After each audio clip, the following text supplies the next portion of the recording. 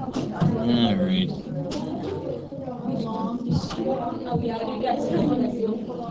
There we go. Okay. So, we're going to finish up the section on human environment interaction today. If you guys have been paying attention online, you'll have noticed that we have a test on Chrome. The essays and map IDs are online. And you guys should have your quizzes from last Friday tomorrow as well. Basically, this whole week I'm trying to finish up this section, get you guys finished with this whole chapter so that the beginning of next week, which is the end of the quarter, by the way, we can start on our next continent, which will be Africa. Yeah, Africa. You guys will actually get through the entire world. I didn't need to do that with the last class because I had a different setup. What did you all skip? Instead of doing it 2 weeks to a chapter, we did 3 weeks to a chapter. What content did you all not get to? Africa and all, and actually we barely got through Asia. And I had to cut a lot out for that, to be perfectly honest. We didn't even touch on Australia and those other places. But I call Pacific. To be honest, I don't even know if we'll get to that. It's always a little questionable. The last quarter can go really quick, depending on how things pan out, because we start getting a lot of interruptions. There's a lot of the senior stuff that comes with the end-of-the-year celebrations. It's just, it can or it can stretch out. That's kind of the weird thing.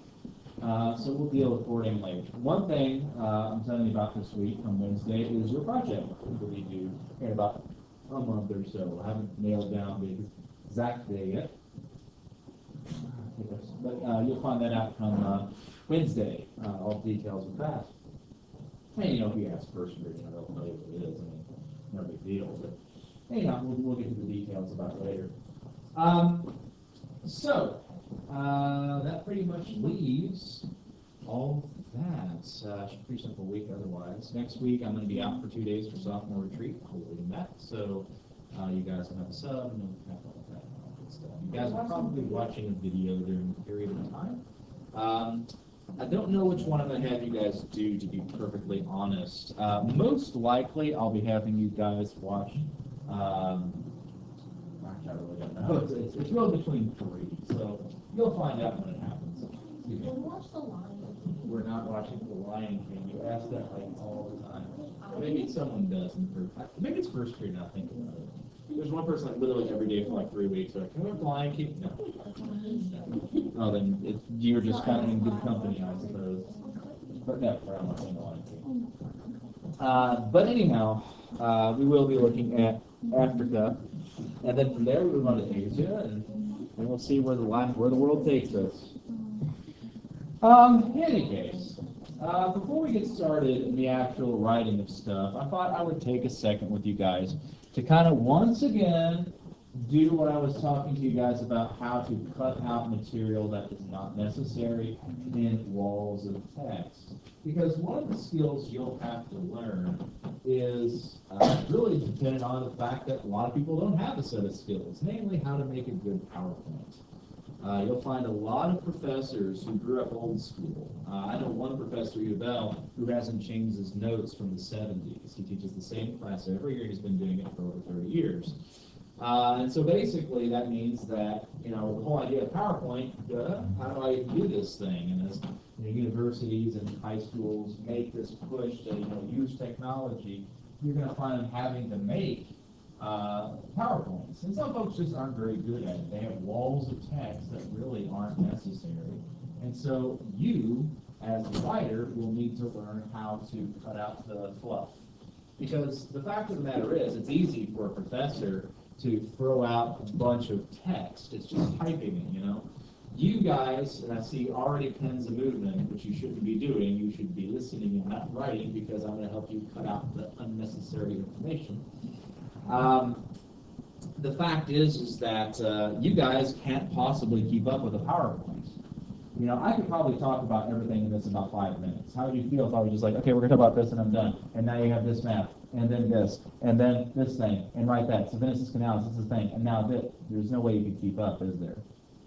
It's easy for me to push a button. It's not easy for you to write all that. So then, what do? A lot of you guys say, well, can I just take a picture of it? Yes, yes, you can if they let you. That's a big if. A lot of professors actually sell their notes and materials and things like that. They won't let you take photographs or recordings because they sell those to people. And yes, you can actually get sued for doing it yourself. So it's not generally something you want to try to do. So that begs the question, how do you deal with a situation if you're in these situations? And the answer is you have to learn how to cut out the flow. So let's do that. So, what to keep, what to get rid of? Yes? Okay, what about that first sentence? Correct. It is all crap. You don't need to know any of it. It is just extraneous nonsense. Good. Second paragraph. And by the way, they're not actually paragraphs, those are bullets. Altogether, that's one paragraph of writing. But I digress. What do we need to keep? What are we looking for? Yeah. The Dutch spelled C-works in order to create folder, in order to keep out seawater and turbines. Okay. Good, you're cutting out the unnecessary words, but what are we looking to keep? That's the question I asked. Dutch spelled C. You're giving me words. You're not focusing on what. You're telling me things that I could keep. Let me rephrase it. If you're looking for things like, that's probably important, what are clues that give away that this is probably something important you should need to notice? Specific name. Okay, that's good. A specific name. Okay. So people, places, things, dates. That's what you need to know. Okay? So let's look at through what we have here. I'll get out the highlighter tool. Actually, no, I won't. I'll use the underliner tool because it is somewhat less difficult to use for me. And we have the pen. All right, so bring it over here. We have this. Ah, gosh, that's terrible. This. No, I can't, actually. No. I'm going to try it, and it's probably going to be like, oh, it actually does work. I'll do this. Yep. That's what the whole point of it is, but ever since they switched me over to the new version of Windows, it doesn't actually show up to you guys. I think if I switch it over to duplicate, it'll do it. But the thing is keeping it is often tricky. Yeah, you see it does it like this way. And yes, I can't, now I can use it, but the problem is that it's like really, really itty-bitty. I think I can, no, that's not what I want. Is this it? Zoom into the slide. No, that's not it either. Is it? No, that's not it either. That actually shows it that way. See, this is the problem. There is a way of hide presenter view. There we go. But I don't think that even works properly. Let's have a look. Hey, it does work. Hey, there we go. That's a lot of steps to make it do what I want to do. The thing is even once I do this, it won't stay put. So, all right. So we got the Dutch. You can see it's actually higher than what I'm drawing. Holder, Turpin. I just need someone to like. You need to orient. No, that's not what it is. That is oriented. The problem is that this is a different viewpoint from what this is. It's just making it work the way that I need to do. It's because of presenter mode essentially. Anyways, going back to what that actually was trying to say, is we have the Dutch, C-works, Holder, Dike, Turpin. Yeah, those are all our words. So put them over here for you guys, a nice fine list. Because we're going to make sense of this. Dutch. And we have C-works. In fact, that's the title if you didn't notice. C-works. Yes, I know. Holder, Dikes, and Turpin. And that should do it. All right. Yep. So we have 1, 2, 3, 4, 5 words. 5 words that we need to know from this thing. Beats writing all that down, doesn't it? So that's what you need to write down. Except, How will you know what they mean? how will you know what they mean? That is fantastic. That's a great question. Well, let me show you something real quick. and then I'll explain from there. This is the Cornell system of note-taking. Terms, it's actually a graphic organizer. If you can imagine that this is a page of paper, more or less. You fill this part in, you write your terms on the left-hand side, you put your notes here, and then your conclusions. Now, how does this work out? Because as you pointed out, how are you supposed to know what terms mean? You guys all have a nice little book that has all these words. Yes? Yeah. Why should you write something down that is in your textbook? Help you remember. Okay, that's a great point. To help you remember, right? Writing stuff down totally works. Here's the thing is, what would work better? To write it into a notebook or to write it into a flashcard? Right? Or Quizlet or whatever else you want to use. Okay? So it really doesn't make a whole lot of sense to write down definitions and words in a notebook. Yes, it does benefit you, but it's also a huge waste of time whenever you're trying to write down all these other conclusions and stuff I'm throwing at you. The important thing is to get them down so you know later, okay, he referenced these today. I need to know what these are later. That's part of the whole studying afterwards thing. Also, it saves you time. Because you'll find that most of the time when I'm explaining stuff, I might be defining some of these things, but usually I'm making connections between them. Like, this is why this word relates to this word relates to this word. That would be where your notes go. Often, this is best summarized by explaining the significance of things. Okay? So, for instance, if we were talking about the significance of liberalism, how, say Canada was more liberal than the United States, and some of that is. I'm not just explaining what it means to be liberal, I'm also explaining why it's significant and related to these other things. Okay? That stuff you're not going to get as easily in your textbook. That's what you want to write down in the notes. Conclusions are more for the stuff that comes later, things that span entire sections. So themes that we might be exploring, say like in World Civ, might be the effects of nationalism. We talked about that a little bit as well. And how that's going to relate to different things throughout the 19th century. So again, that's kind of a useful model if you're doing that. But going back to the eliminating words thing, if you just say writing the definitions or getting definitions to later, that's the majority of this slide. So all you have to really concentrate on is making sense of the stuff to you. That's it. Does that make sense?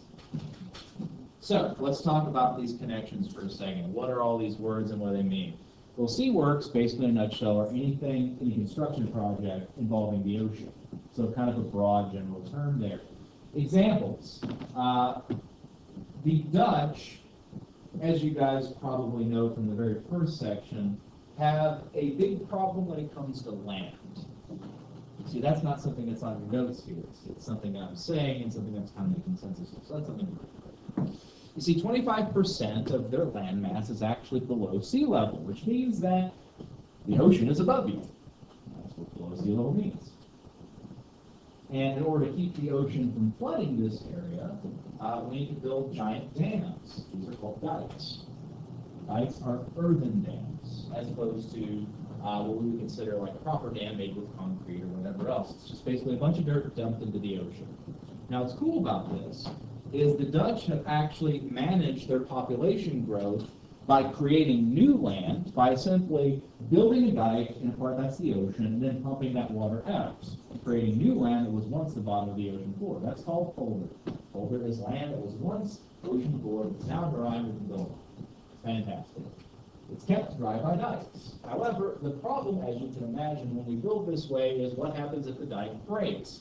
That's what happened in Hurricane Katrina in New Orleans. The answer is Turpin. Turpin is safe land. It's high ground, area above sea level that we can go in the case of an emergency. Okay? Makes sense? Good, because that's that whole section right there. Minus the third part. A great example of the biggest, best seaworks in Europe is the Zuiderzee or IJsselmeer. 2 more words you can add to those. These, for your intents and purposes, are interchangeable, but the IJsselmeer is the actual name of the project. The idea was to cut off part of the North Sea and built this giant dike that then created the largest freshwater man-made lake, to my knowledge, in the world. It's definitely the biggest in Europe. And the Zeder Zee is its name, this freshwater lake. So this area is an example of a great seaworks.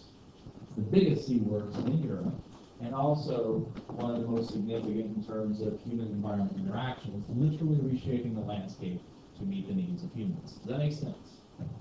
Let's show you some pictures. First of all, this is a map detailing the construction, as well as the old land, which is this kind of light green, and the new land, which is kind of the bright green, that was created by using this dike. Essentially, you have this area of the ocean right here. They cut it off. This whole area receded. Then they fed these little rivers into it, which started filtering out the salt water and create a freshwater lake, basically through the process of the hydrologic cycle. This is a satellite view of it, and you can just barely see it right here. This little purple line. It's actually, you can drive over it, it's the road there. They do an episode of Top Gear, as a matter of fact, when they're trying to see which is faster, cars or planes. But anyways, that's actually an image. So you guys don't have to look at it. This part right here. You can actually see the city streets. This is a Google Earth view. So it's kind of neat because you can see the streets and everything, how it was built up. So, I mean, it's people live there, you know? It's just kind of a neat way that we interact. Speaking of seaworks, another famous one are Venice's canals. So, again, if you're following along at home, we've got this nice bullet system of seaworks. What are they? This idea of construction projects. Give me some examples. How do they work? You know, uses of these different technologies. Example A, the Zeder Zee. Example B, Venice's canals. What is up with Venice? How was it built?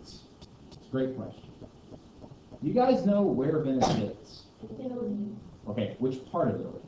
North, south, east, or west? South. East, actually. Towards the north. This area was pretty nasty when it was first settled. The Venetians, before they were Venetians, were chased out of their homes by these roving hordes of Germanic barbarians and were seeking a new home to settle. Now, the important thing to consider when you're building a city is you have to have access to waterways, not just water to drink, but you have to have waterways so you can move goods in and out.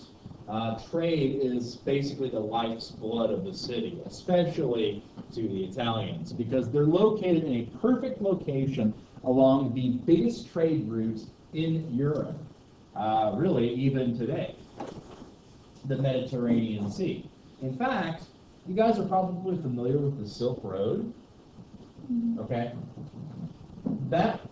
The objective of that wasn't just to go to China or India, it was to connect this whole area, one big trade route. In fact, that's not even really accurate. It wasn't one trade route, it was several that went the same direction, more or less. But the idea is pretty much the same. So we want to connect to that.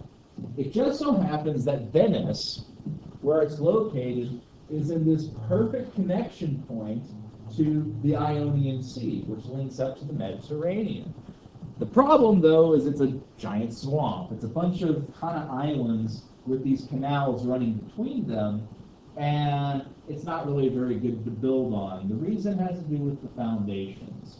To have a building standing, you have to project its weight in a sensible way. Essentially, gravity's trying to pull every building down, so you have to have something holding it up. All the weight travels through a building down to the foundation. If there's too much weight and it's not strong enough foundation, the whole thing falls apart. So foundations are kind of important. In the case of Venice, building a foundation was really, really hard because the muddy terrain wasn't really well suited for heavy buildings. So in order to build on it, they actually had to sink giant supports made of oak into the dirt and mud till it touched bedrock at the bottom underneath all these swamps. So you keep pushing these things down until you have almost like this system of stilts that you then build on your foundations and so on and so forth. Great. Yeah, works great. Here's a problem. Salt water is really corrosive stuff. One of the things that people didn't really realize what folks don't really realize about the old wooden sailing vessels that made exploration possible is wood and salt water do not mix. It basically eats through wood, rotting it. The whole idea of keeping the boat afloat meant constantly maintaining it, ripping out old seams, putting in new ones, or planks, putting in new ones, caulking the seams, painting constantly. It was something that you had to do all the time. Otherwise, the whole thing would sink. Now, think about that for just a second. We talk about the USS Constitution, the second oldest floating wooden vessel in the world. It's over 200 years old, and it's still in salt water. That's pretty crazy to think about. That's a lot of work to keep her afloat. But the problem with this system of canals is that they're built in this really nasty saltwater marshy beds. And basically, the foundations of Venice are being eaten away constantly, and to put it short, it's actually sinking.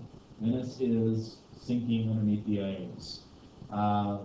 Basically, the folks in Venice are trying to figure out a plan to save Venice, and there's been all kinds of interesting solutions to that. One involves balloons, essentially inflating giant balloons underneath the foundations so the city floats. It doesn't really work, not going to work, unfortunately. So there's a whole bunch of different ideas about how to solve this.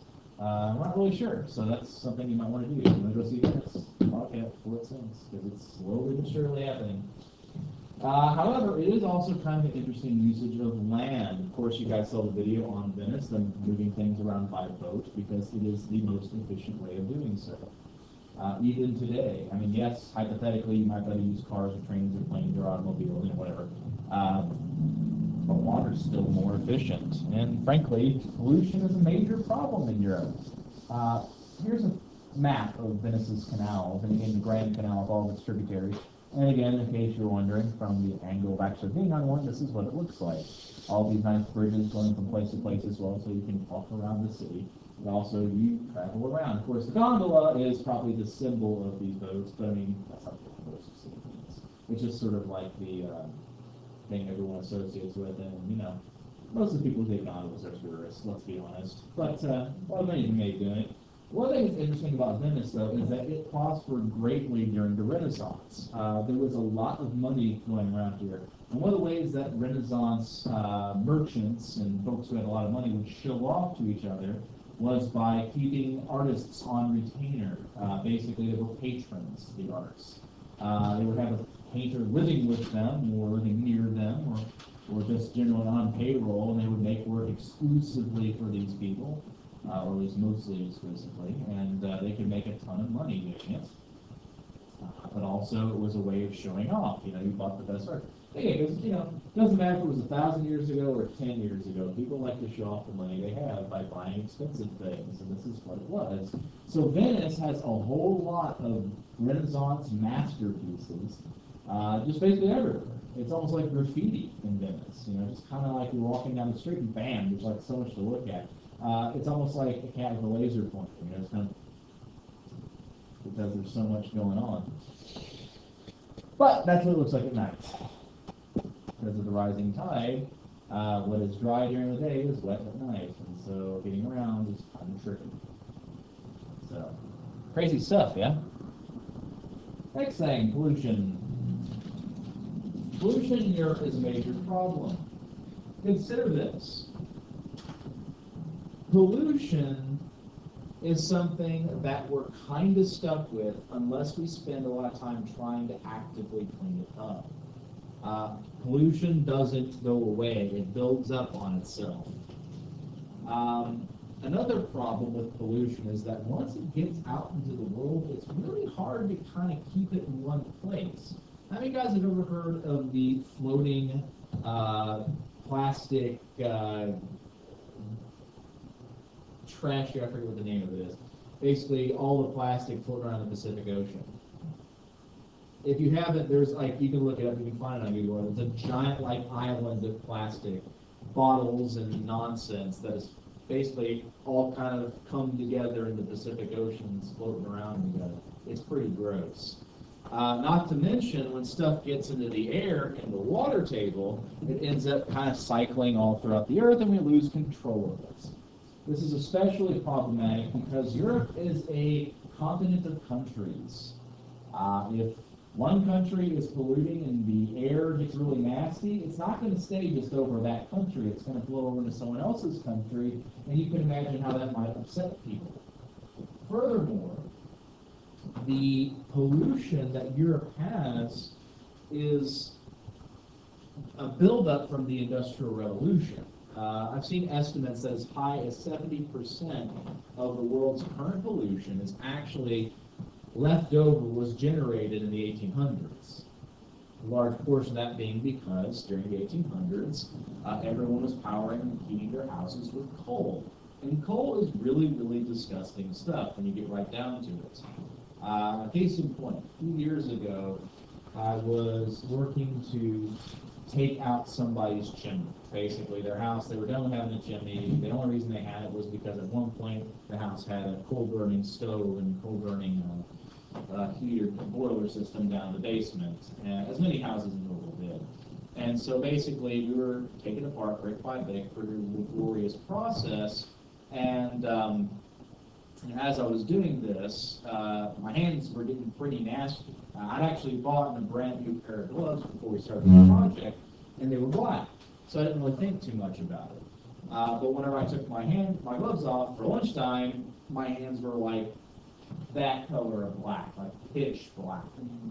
And so I washed my hands there, put the gloves back on, and they're black again. So after doing this, I'm thinking, I really, really need to clean these. Because basically, all inside the chimney flue was this thick coal ash.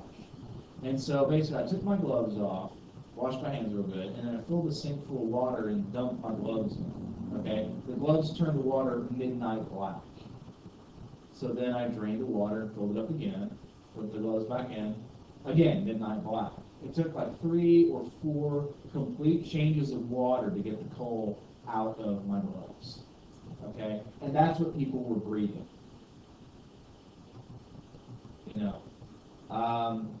It was incredibly pollutive stuff. And it's also, by the way, radioactive. I don't know if you guys are aware that coal ash is radioactive. So it can cause all manner of problems. One of the side effects of this is acid rain during these black forests. Acid rain is not like rain that is acid. Like people think it's like, you go out in acid rain, you start melting. That's not how it works. Rather, it's got small amounts of sulfuric acid into it. And if it gets stuck on something that's drying, it's actually eating away at it. So you can see, like, for instance, statues and things where it's eating away at it. And it's a pretty big problem because also ecologically it destroys forests and farmland and all kinds of other problems. The other thing is due to drainage, it ends up in the water table in a hydrologic cycle and just keeps perpetuating. So again, it doesn't just go away. You kind of have to clean it up, and that's really expensive to do. Pollution is one of those things that we are just now figuring out how invasive it is and trying to figure out how to deal with this. That being said, the industrial world's pretty good in terms of pollution. Like, we think of the United States as being highly, highly polluted. We're really not. We're actually pretty good in terms of pollution, especially given our population. The problem is countries that are developing that basically do not have laws in place to prevent the widespread spread of pollution. Like, for instance, we do have systems like scrubbers and smokestacks that can remove a lot of material simply by basically adamatizing it. But again, it is a problem because it's expensive, it's hard to maintain, and it's a new science essentially. So it's kind of an interesting thing we're seeing in the world today. Anyways, questions? Yes. It makes it seem like we have like a lot of pollution and stuff because they do all those water bottle commercials, and I once saw the toilet paper ones where all of the old things that we use at the fridge. Sure. That's again one of the nice things about recycling. Recycling can actually reuse things. I've heard some interesting complaints about recycling for like, well, it's probably more fuel efficient just to make something new than it is to recycle. It's like, that doesn't make any sense because it's already mostly made. You just have to break it down and reuse it. It's kind of like, really doesn't make much sense. But, you want to see how efficient it is. then why is it that people recycle stuff and get paid to get the material? You know what I mean? It's so efficient to recycle stuff that companies are willing to pay you for the materials you have. You guys realize you can actually sell Coke bottles and things like that, you know, or aluminum cans. You have to take a lot of it to make your trip worthwhile, but like, you know, my father-in-law, one of the things he's done for years is he collects like soda cans or whatever in like giant 50-gallon bales. And after so many bales he has them, he'll take them to the recycling center, he'll get money for them, and he uses that money to go buy fireworks for 4th of July. That's his firework money every year. And he gets a decent amount of fireworks every year, you know. Not to mention, like, it's one of the weird things about having a home is that if there's anything like you don't want, like a broken TV or something like that, if you set it out on your street, it'll disappear. Yeah. Because people will break it apart and take the copper and other bits and pieces out of it and they'll sell it. And, you know, is it labor intensive? Yeah, but you can make money. So, you know, it makes sense. Yeah. We stole our mattress. We put it out for the trash can, like trash, and we saw them driving it. Someone left a toilet in our yard. It fell off the truck. That's kind of strange. Hey, free toilet. It broke the wall. So then they had to clean it up. Wow, that's weird. Fun stuff. Yeah. Why is that, why is it yellow? That's a link, actually. I was going to show you an example on how stuff works. It's kind of a neat little article if you have ever time and the inclination. The interwebs.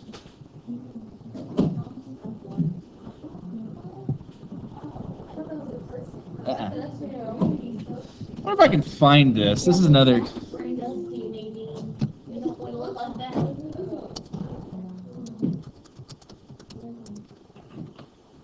It's kind of a crying. Yeah. It's kind of a famous statue. Oh, that's cute. No, that's the weeping angel.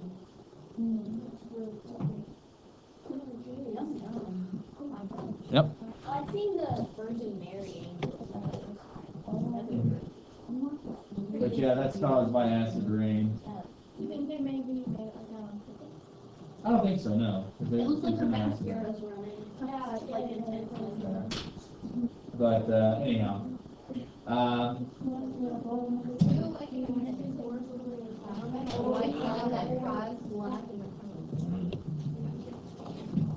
so sorry. All right, we'll call that a day.